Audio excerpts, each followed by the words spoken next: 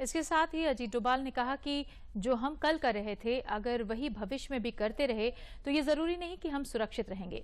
यदि हमें कल की तैयारी करनी है तो हमें परिवर्तित होना पड़ेगा। उन्होंने कहा कि अग्निपथ योजना बहुत आवश्यक इसलिए थी क्योंकि भारत के चारों तरफ का माहौल बदल रहा है। उन्होंने कहा कि सुरक्षा एक गतिशील अवधारणा है, ये स्थिर नहीं रह सकती। ये केवल उस वातावरण के संबंध में है जिसमें हमें अपने राष्ट्रीय हित और राष्ट्रीय संपत्ति की रक्षा करनी है। उन्होंने कहा कि इसके लिए उपकरणों की आवश्यकता होती है और प्रणालियों और संरचनाओं में परिवर्तन की भी आवश्यकता होती है।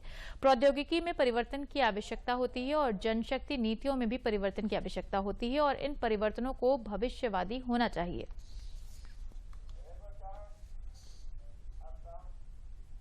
Security is a very dynamic concept.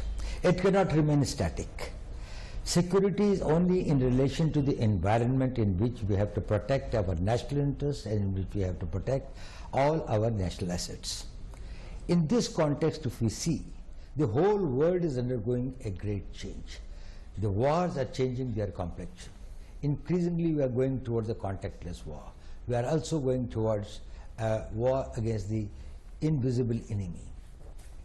Technology is taking over at a very rapid speed. So what was good for yesterday is not necessarily good for tomorrow. जो हम कल कर रहे थे वही भविष्य में भी करते रहें तो हम सुरक्षित रहेंगे, ये संभव नहीं है। यदि हमें कल की तैयारी करनी है तो हमें परिवर्तित होना पड़ेगा।